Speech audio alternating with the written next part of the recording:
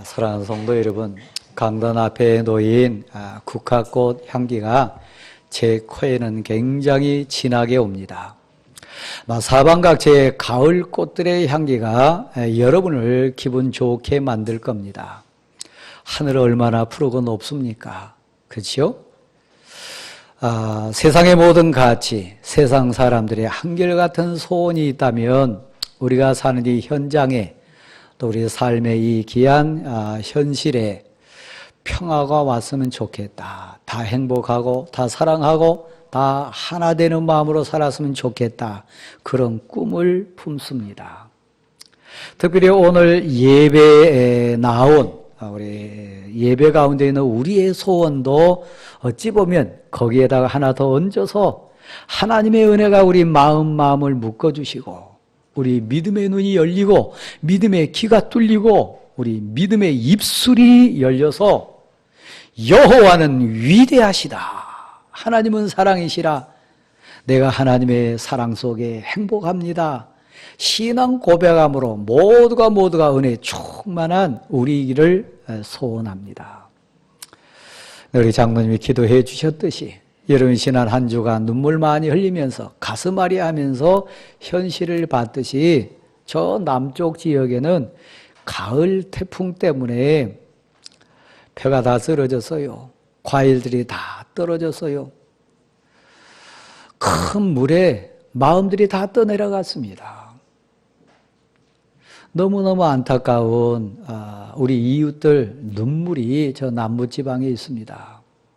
바다에도 그렇고 들판에도 그렇고 심지어는 지붕이 날아간 가정도 있고 사랑하는 가족이 한순간에 땅에 묻힌 가족도 있고 황망합니다. 저 북쪽 지역 이렇게 우리가 눈을 들어보면 아프리카 돼지 열병이 막 창궐해가지고 어떤 분은 그렇게 얘기했어요. 눈을 감으면 잠자려고 아무리 해도 그 살처분돼 가지고 매몰되는 돼지들의 절규 소리가 너무너무 크게 들려서 잠이 안 온다.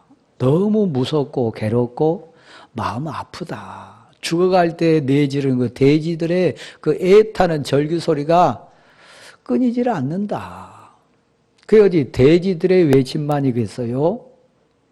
우리 이웃들의 눈물 어린 절규가 아니겠습니까? 그래서 우리 무서워요. 어떤 동네는 돼지 한 마리가 없습니다. 막 온 지금 나라의 그 돼지 열병이 퍼져가지고 다 두려워합니다.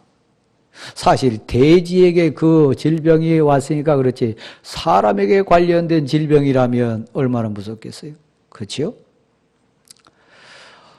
자연재앙, 질병뿐만 아니라 태풍뿐만 아니라 여러 상황의 자연재앙도 그렇지만 더 우리를 슬프게 하고 아프게 하는 거 어제 우리 서울 시내에 나타났어요. 태극기를 손에 들고 막 휘저으면서 외친 수많은 사람들 지난 주간에 우리 봤어요. 그렇죠? 촛불을 손에 들고 막 외치는 우리 이웃들의 그 외침도 들었어요.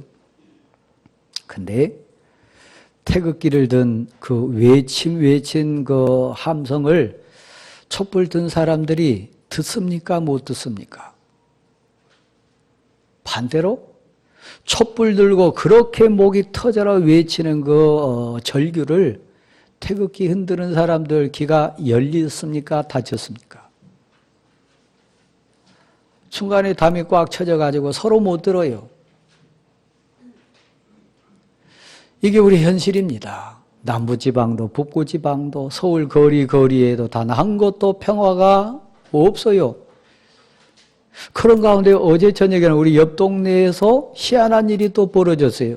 막 다들 이렇게 외치고 아파하고 남쪽에도 북쪽에도 거리에도 그런데 무슨 좋은 일이 있다고 막 하늘에다 대고 막 축포를 쏘아 올렸어요. 막 하늘에서 꽃이 그려지기도 하고 온갖 형상으로 희한하다 그런 거 많이 했어요. 그 위로의 개념으로 했다 해석은 되지만 또 한편으로 지금 저렇게 축포 쌀 땐가 우리 옆 동네예요. 또 한 번 생각해 볼 부분이 있어요. 해마다 10월 첫 주 토요일 날 하는 행사입니다만은, 네, 오늘 아침에 하늘에 불꽃이 그려진 거 보고 오신 분 계신가요? 어제 저녁 늦게까지 그 불꽃이 하늘에 싹 그려져 있는 거 보신 분이 계신가요? 길어야 몇 초입니다. 아무리 발버둥 치고 버텨봐야 하늘에 그려놓은 불꽃 수놓아진 그 환상은 몇 초면 끝나버릴 겁니다. 그게 세상 가치고 세상 사람들이 쫓는 환상일 줄 모릅니다. 가을에는 기도하게 하소서. 가을에는 하나님 만나게 하시고, 가을에는 진실된 나를 만날 수 있는 성숙한 시간 갖게 하소서. 우리 기도 제목입니다. 오늘 본문이 그런 내용입니다. 오늘 본문에 한 인생이 나오는데 라합이라고 하는 불쌍한 여자입니다. 세상에 속고 살았어요. 세상 가치에 미쳤어요. 세상 사람들이 몰려가는 그 환상에 속아가지고 헛 인생 살았어요. 그런데 너무 감사하게 이 불쌍한 여인은 하나님의 은혜로 새로운 인생 살아요. 그래서 복을 받습니다. 마태복음 1장에도 이 여인의 이름이 예수님의 족보에 나옵니다. 믿음을 얘기하는 히브리서 11장 31절에도 믿음으로 라합은, 이 라합 이름이 믿음의 장에 등장합니다. 삶을 믿음으로 승리하자 하고 삶을 믿음으로 재해석하면서 이긴 삶의 믿음장인 야고보서 2장 25절 말씀에 보면 이 라합 얘기가 또 나옵니다. 몸을 팔고 웃음을 팔며 살았던 부끄러운 한 불쌍한 여인이 어떻게 예수님의 족보에도 나오고 믿음의 장에도 나오고 믿음의 현장, 재해석장인 야고보서 2장에도 당당하게 그 이름이 나옵니까? 극복한 거예요. 이겨낸 거요. 복을 받아가지고 삶을 다시 시작한 거예요. 혹시 여기 앉아 계신 분 중에 촛불 들다 오신 분 계십니까? 여기 앉아 계신 분 중에 태극기 막 팔이 아프도록 흔들다 오신 분 계십니까? 또 어제 저녁에 여의도에 가셔가지고 고개가 아프도록 하늘 쳐다보면서 야 희한하다 좋다 그 불꽃놀이 보면서 환호성 질렸다 오신 분 계십니까? 왜 오셨나요? 이 시간은 어떤 시간입니까? 우리에게 어떤 의미가 있습니까? 라합이 만난 하나님, 라합을 찾아와 주신 하나님, 그 라합 인생을 변화시켜 주신 하나님을 이 시간 우리 고백으로 같이 만날 수 있는 시간 되기를 간절히 소원합니다. 라합은 기생이었어요. 웃음을 팔았고 몸을 팔았고 부끄러운 인생으로 살았어요. 그런데 왜 기생으로 살았나요? 세상 가치 채우려고. 세상 사람들이 말하는 부귀영화 자기도 좀 가져보려고. 웃음을 팔고 몸을 팔아서까지라도 세상 사람들 앞에 좀 떳떳하게 살고 당당하게 살고 싶어서. 그런데 여러분 일부 예배 때 제가 잠깐 하나 여쭤봤어요. 한번 생각해 보세요. 자, 들판에서 농사 짓고 목축하면서 가난하고 가난한 서민이 기생집 출입합니까? 먹고 사는 거 바빠가지고 정말 시간 내기도 잠자는 시간도 부족해가지고 정말 헤매는 인생이 기생집 갑니까? 뭐 그런 사람도 있을 수 있겠죠. 그러나 대체적으로 대부분 누가 기생집 갑니까? 부귀영화 누린 사람들, 세상이 말하는 돈 있는 사람들, 세상이 말하는 권력 누린 사람들, 기생집 가는 사람들 아닙니까? 근데 기생으로 사는 라합이 가만 보니까 내가 웃음을 팔고 몸을 팔고 부끄러운 인생으로 사는 목적이 저들처럼 돈 많이 벌고 저들처럼 부귀영화 누려가지고 진정 행복하게 살려고 했던데 가만히 자기 집에 들어온 자기에게 와서 웃음을 사는 사람들 보니까 돈 있어도 행복하지 않아요. 부귀영화 누리고 잘난 사람들도 와서 보니까 참 평화가 없는 것 같아요. 그들도 고민하고 그들도 걱정하고 그들도 참된 행복이 없어요. 갈등하지 않겠어요? 대부분의 역사학자들, 대부분의 고고학자들의 연구에 의하면 여리고성은 적어도 1만 년 전에 쌓아진 성벽이 있는 도성이다. 그래서 역사적으로 인류사학적으로 보면 이 세상에 생긴 도성, 도회지 가운데 제1번, 2번에 속한 것이 여리고성일 거다. 적어도 1만 년 전에 우리가 아는 여리고성, 그 무서운 여리고성을 쌓은 족속이 그 여리고 사는 민족이었으니까요. 그러니까 그 당대 세계 중심은 여리고입니다. 그 당대 부귀영화 다 누리고 사는 사람들의 집합체가 어디냐? 도회지가 어디냐? 여리고성에 사는 사람들입니다. 그 중에서도 성벽 위에 있는 기생집에 찾아온 사람들은 구별된 사람들입니다. 지금 검찰 개혁하자 막 난리잖아요. 그 장관 물러나라. 검찰도 장관도 우리 사회로 보면 소심이 나니. 다시 한번요. 여리고는 세상 중심이고 다른 말로 말하면 세상입니다. 그런데 이 여리고를 극복하지 않으면 예루살렘에 갈 수 없어요. 여리고는 예루살렘 가는 길목, 시온산 가는 길목에 있습니다. 이 여리고를 극복하지 않으면, 뛰어넘지 않으면, 이것을 이겨내지 않으면 여호수아 군대가 하나님의 백성이 저 가나안 땅에 예루살렘에 진격할 수 없어요. 여러분이 세상 가치를 뛰어넘고 돈의 가치와 부귀영화의 가치, 저 하늘에 그려지는 뜬구름과 같은 세상 가치를 극복하지 않으면 진리에서 오는 참 자유를 누릴 수 없어요. 참 평화 얻을 수 없어요. 아무리 돈 많이 벌어보세요. 아무리 많이 배워보세요. 아무리 세상 환경을 가지고 다 여러분 막 물침대에서 자보기도 하고 큰 거실에서도 한번 거닐어 보기도 하고 해보세요. 세상 가치는 여리고성이에요. 네, 여러분 감사하게도 여러분 오늘 꼭 댁에 가셔서 요한복음 3장의 내용을 이 본문으로 한번 해석해 보시기를 원합니다. 거기는 이 라합과 같이 라합하고 정반대 라합에게 찾아왔던 기생집에 찾아왔던 고관 대작의 입장에 있는 니고데모라고 하는 유대인의 지도자가 나옵니다. 유대인의 지도자 많이 배운 사람이고 권력을 가진 사람이고 환경 다 가진 사람입니다. 그게 다 가져봤는데 돈도 벌어봤는데 부귀영화 누려봤는데도 거기 가면 행복이 있고 기쁨이 있고 참 자유가 있으라 생각했는데 공의원이 돼봐도 지도자가 돼봐도 그 위에 올라가 봐도 참 평화가 없어요. 기쁨이 없어요. 그래서 어느 날 밤 우리 주님 예수 그리스도 앞에 나와서 묻습니다. 참 기쁨이 뭐냐고. 당신이 말하는 영원히 사는 게 뭐냐고. 참 자유가 뭐냐고. 어떻게 하면 진짜 사람답게 행복하게 사는 거냐고.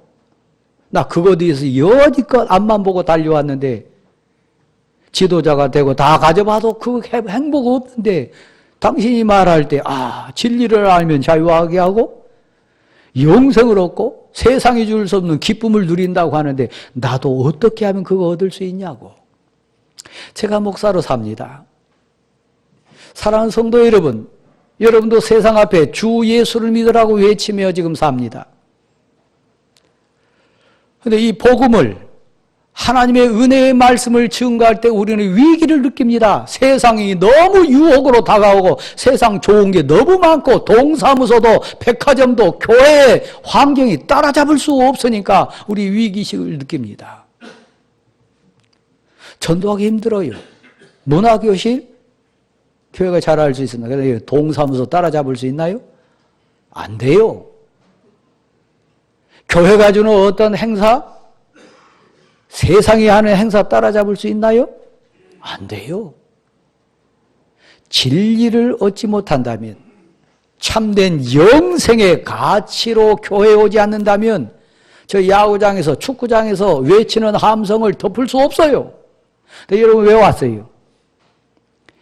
진리를 알지니 예수님을 만나면 참 기쁨이 있다. 참된 행복이 있다. 그래서 우리는 오히려 또 소망을 갖습니다. 저들이 돈으로 다 해보고 세상 문화로 다 해보고 세상 쾌락 다 느껴봐도 니고데처럼 라합 집에 찾아온 기생집에 찾아온 저 여리고의 인생들처럼 해볼 것 다 해봐도 참된 기쁨이나 행복이나 감격이 없으면 그들이 목마르게 애타게 찾을 거 하나 있어요. 그 뭡니까? 세상이 줄 수 없는 평화, 세상에서 얻을 수 없는 기쁨, 세상 가치로 채울 수 없는 복음의 감격, 말씀의 감동, 여기 있지 않겠습니까? 그러니까 오히려 목사인 저는 여러분 인정하실지 모르겠지만 오히려 우리에게 복음을 전할 수 있는 기회다. 돈 진짜 많이 벌어온 사람에게 여러분 1,000만 원 갖고 와서 얘기해 보세요. 돈 가치 아무것도 아닙니다. 먹을 것, 맛있는 거 다 먹어본 사람에게 여러분 지렁이 요리 갖고 와서 이거 진짜 좋은 겁니다 생각해보세요. 한 번 먹을 수 있지만 두 번째는 반응 없을 거예요. 그들에게 사라지지도 않고 없어지지도 않고 공중에서 뜬구름처럼 사라져버리면 저 불꽃놀이와 같은 허상이 사라진 다음에는 본질에 대해서 진실로 생의 본질에 대해서 저들이 고민하고 갈등하고 영생에 대해서 관심을 가질 거 아닙니까? 우리 주님 앞에 나왔던 니고데처럼 웃음을 팔고 부끄러운 인생을 하던 라합이 믿음의 눈이 열리고 믿음의 귀가 열려가지고 새로운 인생 된 것처럼 자, 지금이 기회이지 않을까요? 여러분 가족 중에 여러분 사랑하는 자 중에 지금도 헤매는 사람이 있다면 여전히 세상 가치 때문에 목말라 한 사람이 있다면 그래서 저도 설교하거나 예배 인도할 때 진짜 편한 대상이 있습니다. 누굴까요? 인생 수전, 산전 다 겪어보신 어르신들 앞에 설교할 때 진짜 편합니다. 왜요? 이해가 되시니까요. 그렇죠? 다 해보실 것 다 해본 인생으로서 뭐가 인생 본질이고 뭐가 소중하고 뭐가 진짜인지를 인생 경륜 가운데 고백하면서 앉아 계신 분들이니까 그래서 그 어르신들 앞에 설교할 때 진짜 편합니다. 여러분, 라합 제 모습이에요. 라합 우리들이에요. 근데 라합을 찾아와 주신 분이 누굽니까? 라합에게 정탐꾼을 보내신 분이 누구십니까? 라합의 예절하고 간절한 절규에 귀 기울여 주셔서 기회를 허락하신 분이 누구십니까? 여러분 요한복음 4장에 가보면 라합과 같은 인생 하나 나오잖아요. 수가성 사마리아 여인. 남편을 5, 6 갈아봐도 기쁨 없었어요. 이 남자 만나보고 저 남자 만나보면 정말 행복할 거다. 기쁠 거다. 세상이 말하는 온갖 그 행복이 다 있을 거다 생각했지만 오히려 더 올가매졌어요. 오히려 더 목말랐어요. 오히려 더 괴로웠어요. 오히려 동네로부터 소외된 인생이 되고 말았어요. 그러고 난 다음에 그 여인 얼마나 외롭고 불쌍한데 울부짖었겠어요. 그 울음을 아시고 그 아픔을 아시고 그 절규를 들으시는 우리 주님이 우물가에서 기다려주시는 장면이 나옵니다. 라합의 길을 열어주시고 라합의 믿음의 눈을 열어주신 분이 하나님이세요. 그래서 그때 정확하게 라합 집에 이 정탐꾼을 가게 만드십니다. 그래서 여리고 성의 여호수아 군대에 임함은 믿지 않는 자에게는 심판의 때이고 멸망의 시간이지만 하늘을 향하여 믿음의 눈을 열고 길을 열었던 라합에게는 구원의 시간이 됩니다. 이 가을이 저에게 여러분에게 그런 시간 되기를 간절히 소원합니다. 제가 어제 저녁에 우리 오장로님과 더불어 뜻하지 않게 생각지 않게 우리 권장로님 댁 신방을 하게 됐는데 저는 목사로서 첫 가정에 가가지고 그 가정에 제가 가슴으로 우리 장로님 4분을 다 모시고 고백한 게 있습니다. 저는 저희 형제들 명절 때가 설교할 때 대부분 눈물 흘리면서 설교하는데 제가 목사로 살아보니까 복받을 자는 다릅디다. 목사인 제가 봐도 복 못 받을 그런 사람들이 있습니다. 저 형제들에게 설교합니다. 똑같은 심정 우리 장로님 댁에 가서 얘기했어요.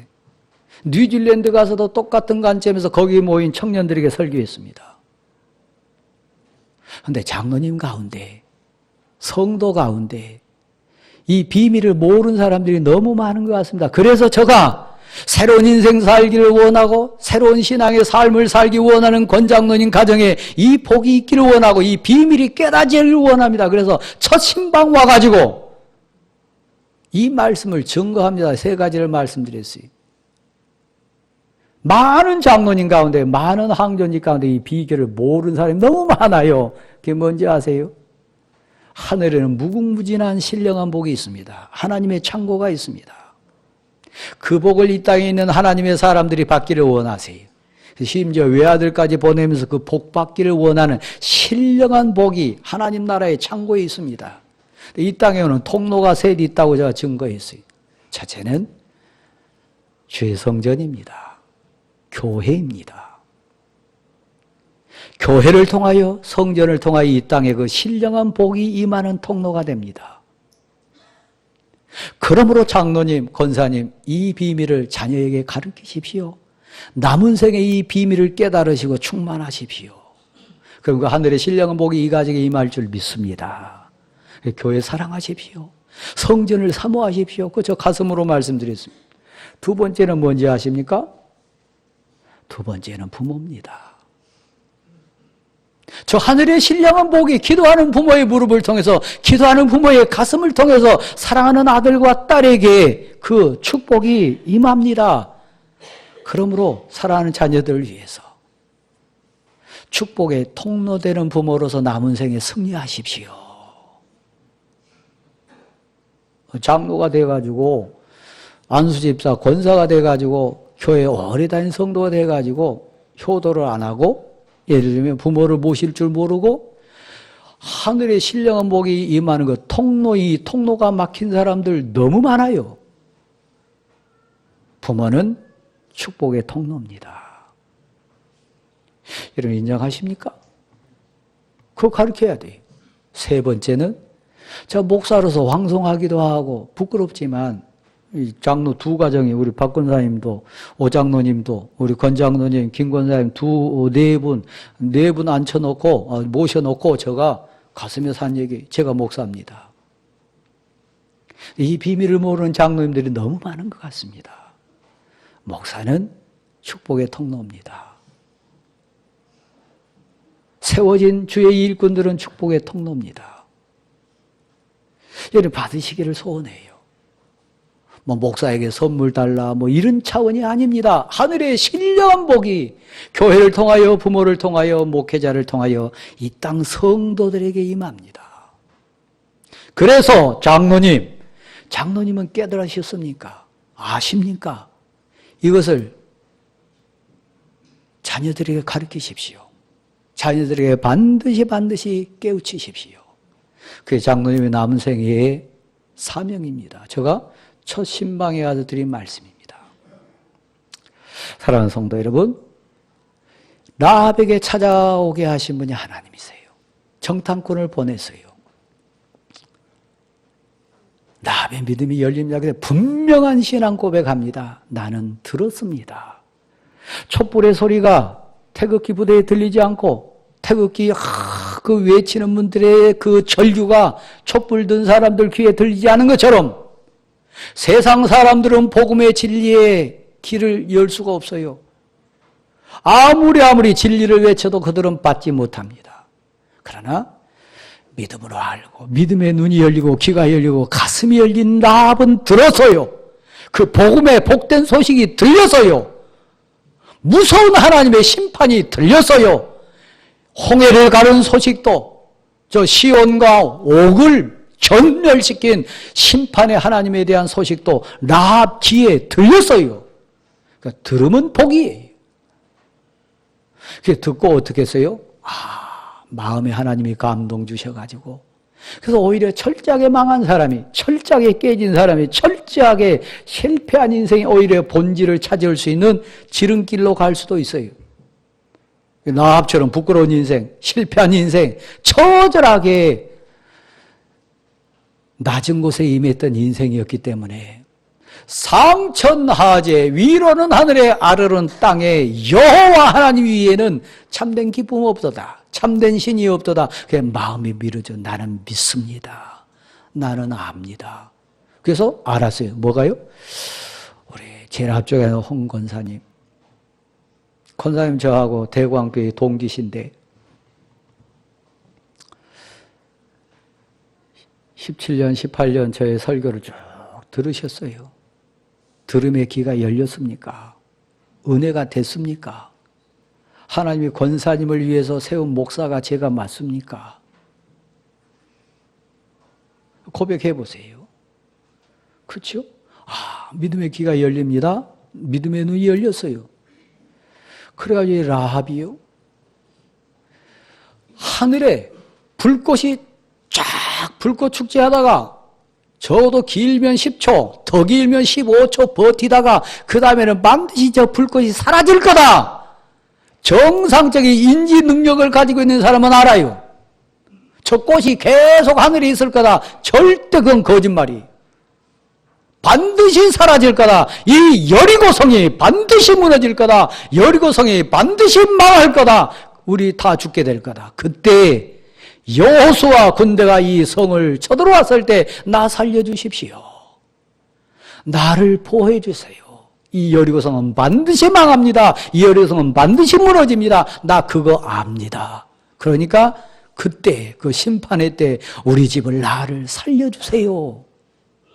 절규였어요. 애절함이었어요. 간절함이었어요. 이 가을에 우리 고백이 그래야 돼요.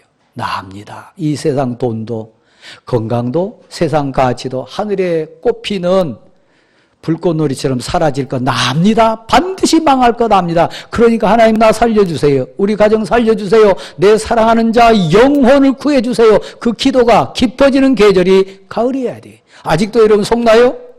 아직도 돈이 행복이고 아직도 세상 가치가 여러분 목적입니까?